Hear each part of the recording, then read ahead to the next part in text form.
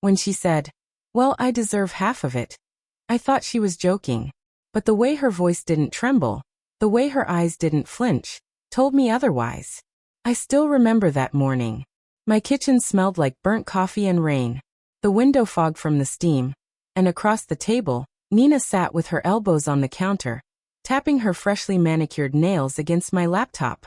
My laptop, as if she owned the place. In a way, she was about to claim that she did. But I'm getting ahead of myself.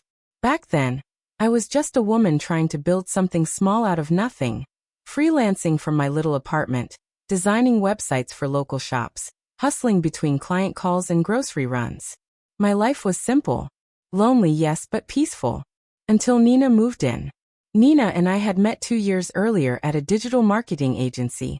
We were the only two women in a noisy office of men who threw jargon around like confetti: synergy, scalability, user funnels. She and I often exchanged weary looks across our desks, rolling our eyes at the corporate nonsense. She was smart, funny, sharp-tongued. The kind of woman who always had a comeback ready. I liked her honesty. And when the company downsized and we both lost our jobs, I thought fate was being cruel. We met for coffee the next day. She looked tired, eyeliner smudged from the night before. "I can't believe it," she sighed, stirring her cup. "Back to square one." I remember saying, maybe this is the push we needed. That's how our freelance journey began. Two women with laptops, working from my dining table, trying to find clients online. It started small, a logo for a local bakery, a rebrand for a cousin's business. I handled design and client management. Nina wrote copy and pitched ideas. We were a good team. When she confessed that her roommate was kicking her out, that she couldn't afford rent, I didn't think twice.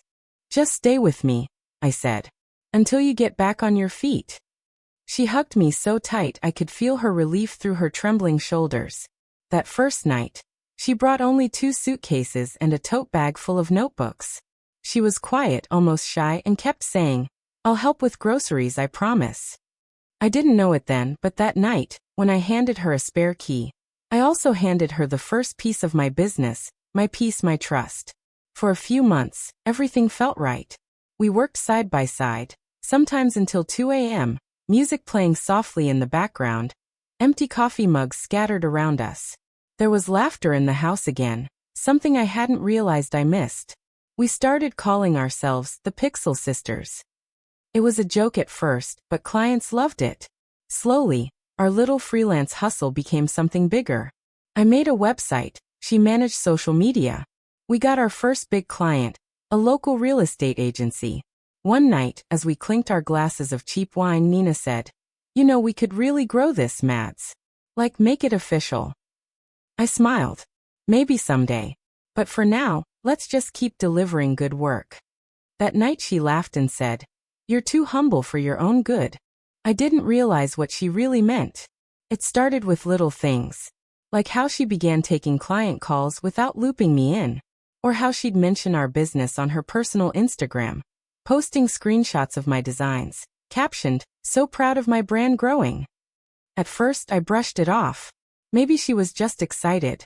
But then invoices started coming in with her name instead of mine. When I asked, she shrugged. "Oh, they just sent it that way. Don't worry, I'll transfer it." She didn't point. One evening, as we worked on a proposal, I noticed she'd changed the logo on our pitch deck, removing Mads Design Studio and replacing it with Pixel and Company. "Pixel and Company?"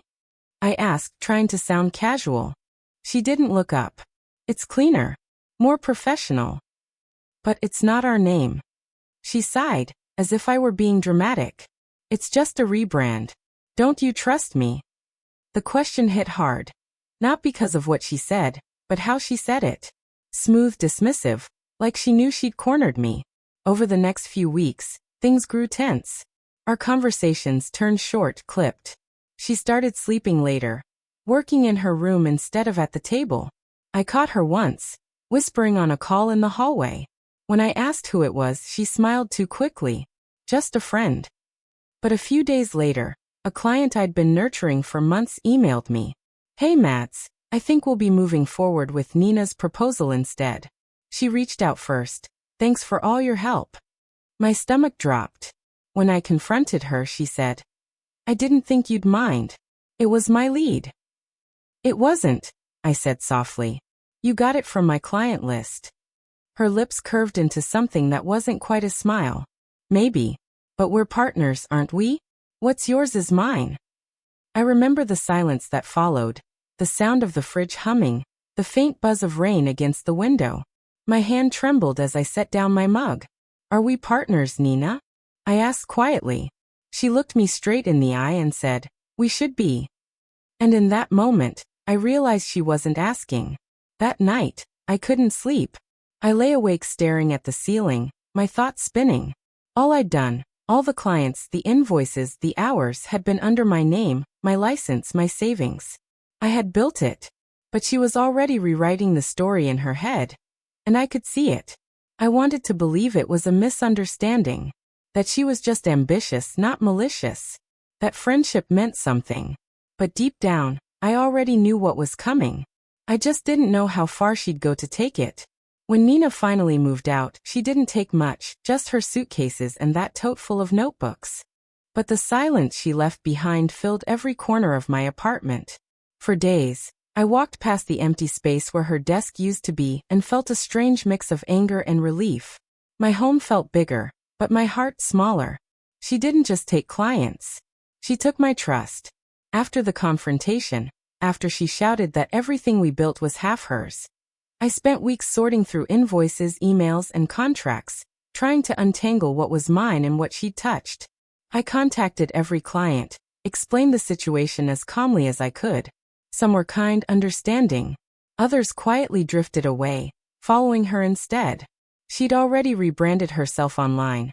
Nina and Company. Creative. Her website looked eerily familiar, with screenshots of projects I'd designed, testimonials from my clients. Even the same color palette. For a while I felt helpless. Every time I opened my laptop, my stomach clenched. My business, my dream, felt poisoned. But then one afternoon, my mother called. She'd heard my voice break during a brief check-in and simply said, "Baby, people can steal your work, but they can't steal your gift. Remember that." That line stayed with me. I started from zero. Again. I deleted the old Mads Design Studio site and built a new one, fresh, clean, honest. Just my name this time. Madeline Hart Design. No catchy brand, no false promises. Just me. At first it was slow. Painfully slow. I watched my savings shrink while I worked odd hours, building small websites for local cafes, offering free consultations to rebuild my reputation. But something shifted. My new clients came from referrals. Not ads, not social media, but people who'd heard about how I'd been wronged and admired that I kept going. They said things like, "We like how transparent you are. You have integrity." And slowly that word, integrity, became the core of everything I did. A few months later, one of my biggest former clients reached out. They'd left Nina's firm after discovering she'd overcharged them. The client said, "We always trusted you, Mads. We should have stayed." When that first major contract landed in my inbox again, I cried. Not out of revenge, but because it felt like the universe was quietly righting what had been wrong. Nina's rise didn't last long. Word spread quickly in the freelance community. She'd taken too many shortcuts, duplicated too many designs, promised too many things she couldn't deliver. Clients started sharing stories, screenshots, proof. One morning, I woke up to a message from an old colleague. "Hey, did you see this? Looks like Nina's shutting down her business." Her Instagram was gone. Her website, taken offline. And then nothing. Silence. I didn't feel joy. Just release. The same woman who once sat across from me, laughing over takeout noodles at midnight, had burned every bridge she built. I didn't need to watch her fall to feel vindicated. Watching her walk out of my life was enough. It took a long time for me to invite laughter back into my space. For months, I avoided even the smell of coffee. It reminded me too much of those late nights together, the quiet hum of shared ambition. But slowly, I made peace with it. Now, every morning when I brew a cup, I sit by the same kitchen window and watch the sun rise over the city. It's not as noisy anymore. My apartment smells like jasmine and fresh paint. I moved her old desk out and replaced it with a small bookshelf and a plant that leans toward the light. Sometimes I catch myself thinking about her. Not with hate, but with understanding. Nina wasn't born cruel. She was just consumed by fear. Fear of failure. Fear of being left behind. And fear can make good people do terrible things. I learned that forgiveness doesn't mean letting someone back in. It means freeing yourself from the weight of remembering them with bitterness. Not looking back now, I realize something simple but profound.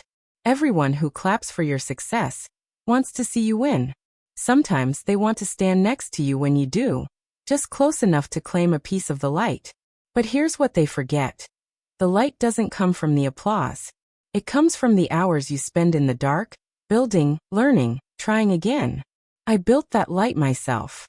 And when she tried to take it, all she really did was remind me how strong it was. If I could go back, I wouldn't change the story.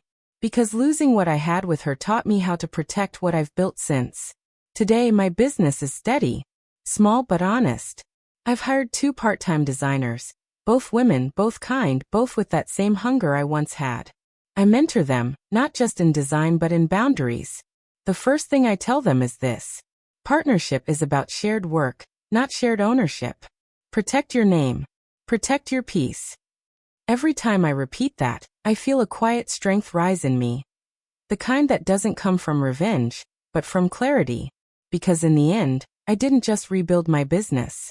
I rebuilt myself. Sometimes, betrayal doesn't come from enemies.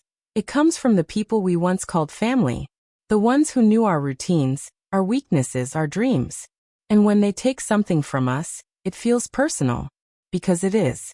But healing? Healing comes when we stop trying to understand why they did it, and start remembering who we were before they did. If you've ever trusted someone who took advantage of your kindness, I want you to know this. You can start again. And this time, you'll build something they can't touch, because it'll be rooted in wisdom, not naivety. So tell me, would you have offered Nina a place to stay if you knew how it would end? Or would you have let her find her own way, even if it meant watching her struggle? Let me know in the comments. And if my story reminded you of your own, remember, your voice matters. Share it, subscribe, and never stop telling your truth.